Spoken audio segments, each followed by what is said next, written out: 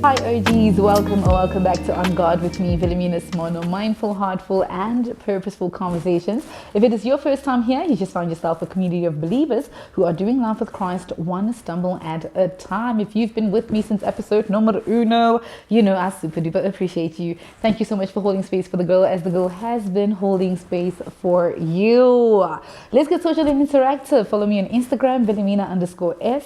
Follow me on TikTok, Wilhelmina_Simono. And of course, don't forget to hit the subscribe button. Don't forget to like, don't forget to comment. And if the episode has blessed you in one way or another, do not forget to share. Also, don't forget to save. You know, you never know when you might need this piece of messaging. You know what I mean? You never know when you might need it, you guys. Yeah, let's get into today's episode. So today we're going to talk about something that I am super guilty of, you guys.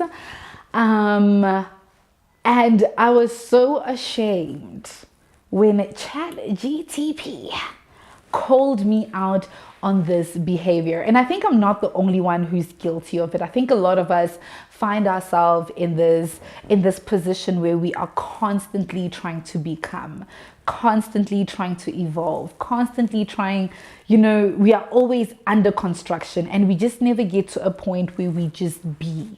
You know, we are always chasing a version of ourselves. We always, you know, what's the next thing to do out here, right? And I think for me, when I bring it into biblical terms, when I bring it into my faith, I run the risk of also turning my faith into yet another self-help project. Did I pray long enough? Am I gonna fast? What is a woman of God supposed to be doing, wearing, saying, acting like? You know what I mean? So it's a continuous to-do list of things where you need to get to a point where you just say, stop, hold the phone, wait a minute, let's try and put some church in it. So the reason why I said Chat recently dragged me for filth for it is because, you know, just like everyone else all over the world, I am constantly talking to that girl, okay? Psych, when you're a single girl, you don't talk to other people by ChatGTP, right? So I was having a conversation, constantly having a conversation with Chat. So I prompt her and I say, what is the one piece of advice that you have never given me that you absolutely think I am ready to hear now? You guys, let me tell you, dragged me for filth. Didn't even give me the light of day, right? And one of the things that stood out for me is the fact that this little AI machine is out here telling me things that I low-key already knew about myself, but I was not willing to admit. And I just want to read it word for word if I could just find the prompt. I'm going to read word for word as fast as I can because, oh my goodness. So yes, the question was, what is the one advice that you would give me that you have never given me that you think I'm absolutely ready to hear, right? And it's like the advice I would give you that I think you're finally ready to hear is that you are constantly becoming instead of being, right? You spend so much of your life becoming the next version of yourself that sometimes you forget to meet the woman you have already become. You always have another mountain, another book, another habit, another routine, another goal, another version of vows to chase. But somewhere along the way, I need you to stop and ask yourself, what if I don't need to become someone else today? What if I just need to become the person I already am? Because if you think about it, you are already living in most of your prayers that we've talked about in earlier months, right? You are no longer the woman whose life revolved around surviving the big, terrible thing that happened. You are now the woman who talks about theology, commentary Bibles, growing her podcast, paying off her date, learning swimming, planning her future, and genuinely enjoying her own company. And yet you still talk about yourself as if you haven't arrived.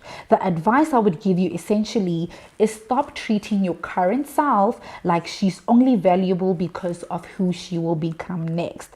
And don't get me wrong, becoming is beautiful. But if you never pause to inhabit the woman you've become, you'll spend your whole life standing on mountaintops looking for the next one and missing the view that is right in front of you, right? You do not need to earn permission to enjoy your life. You don't have to wait until you heal, wait until you reach the fitness goal, wait until you mastered every spiritual discipline, wait until you hit the subscriber milestone or become the finished version of yourself. You are allowed to enjoy this version of yourself, not because she's a finished project, but because she's beautiful in her becoming.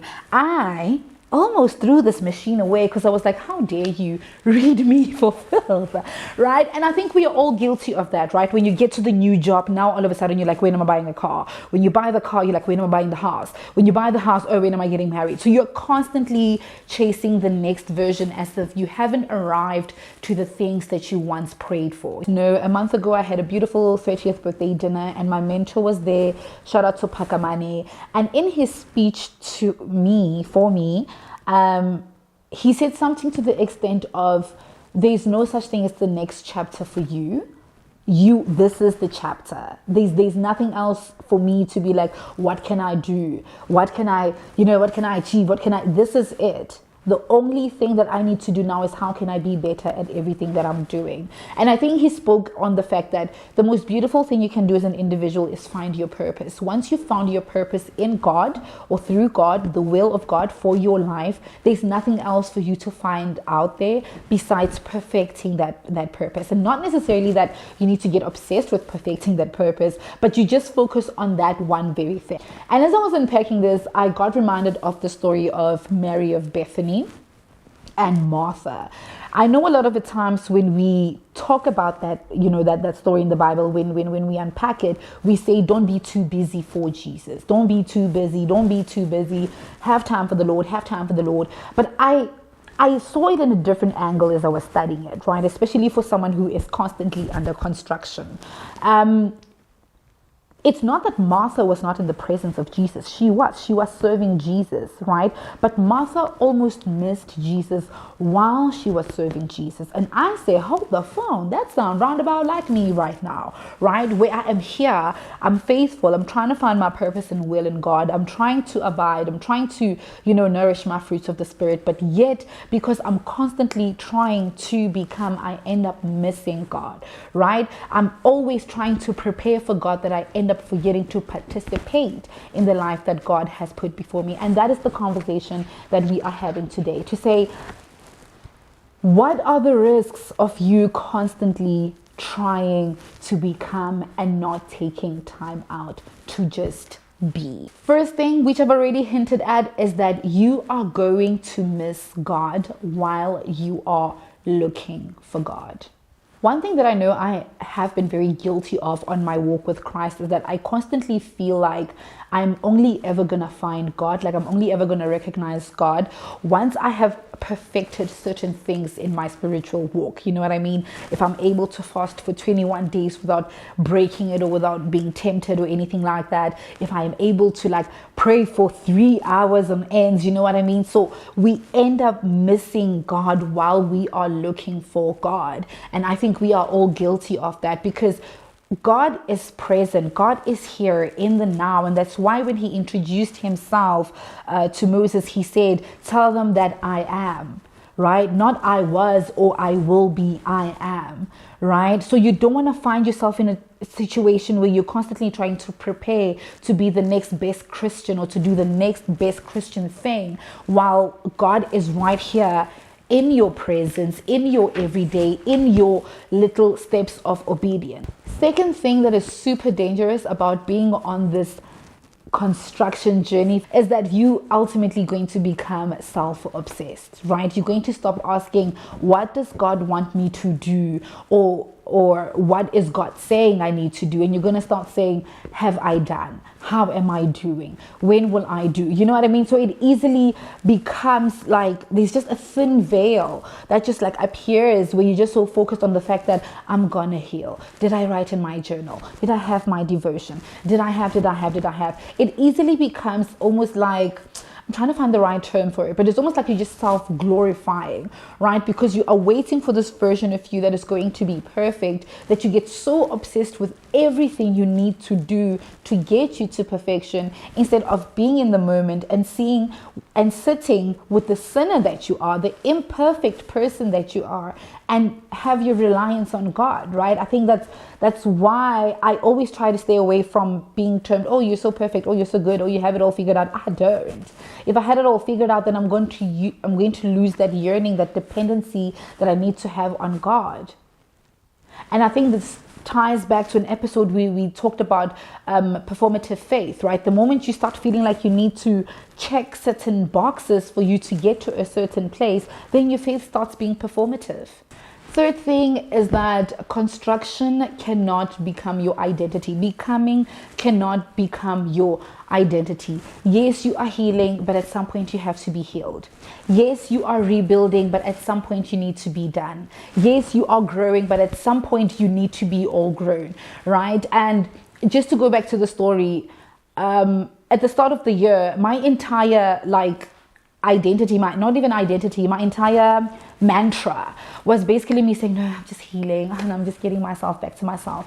I'm just getting myself back to myself, right? And I think I ran the risk of making that my identity, which is why 2-3 weeks ago, when I was sitting in my apartment and I'm like, it's so quiet, nothing is happening, it's just me, the movies, and ChatGTP. Like, what's happening?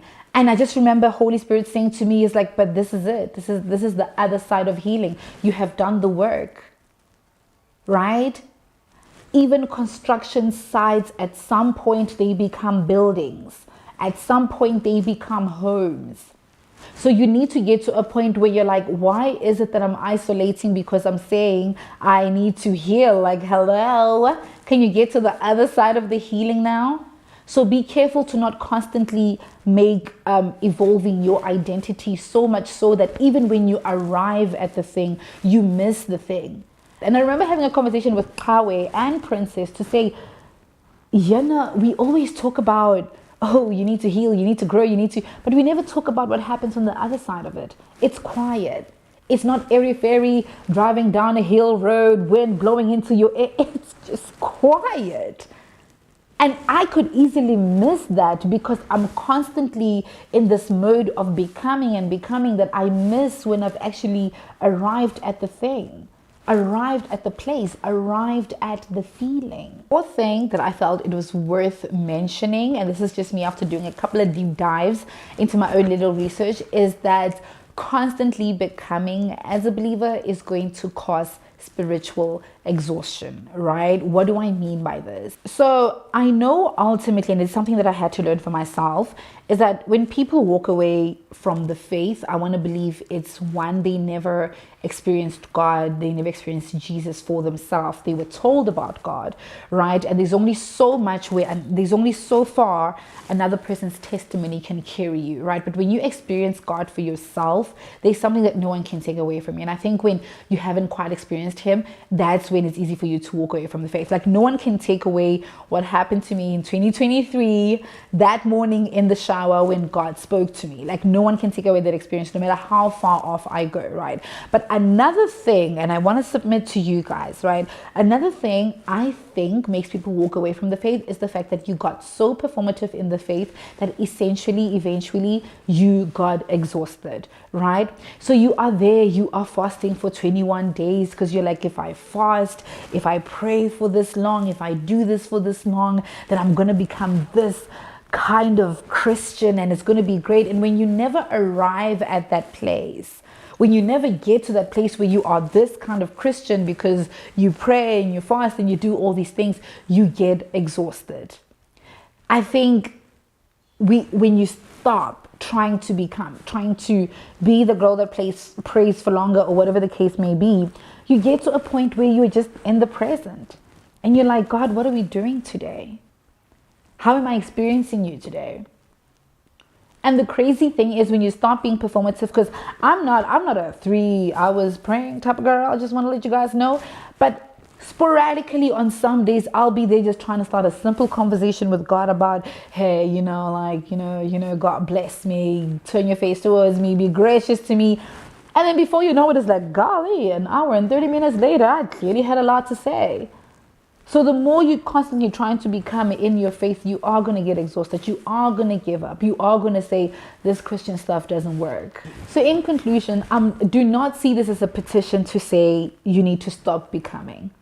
Absolutely become. Work on yourself. Discipline yourself. Repent. Evolve. Learn. Unlearn. Grow. But you need to get to a point where you don't miss the life that is happening around you. that you don't miss the presence of God. Bill Johnson once said something to the extent of, you could spend years in the presence of something that you've been aching for and not even realize that you have it, all because you haven't changed your perspective.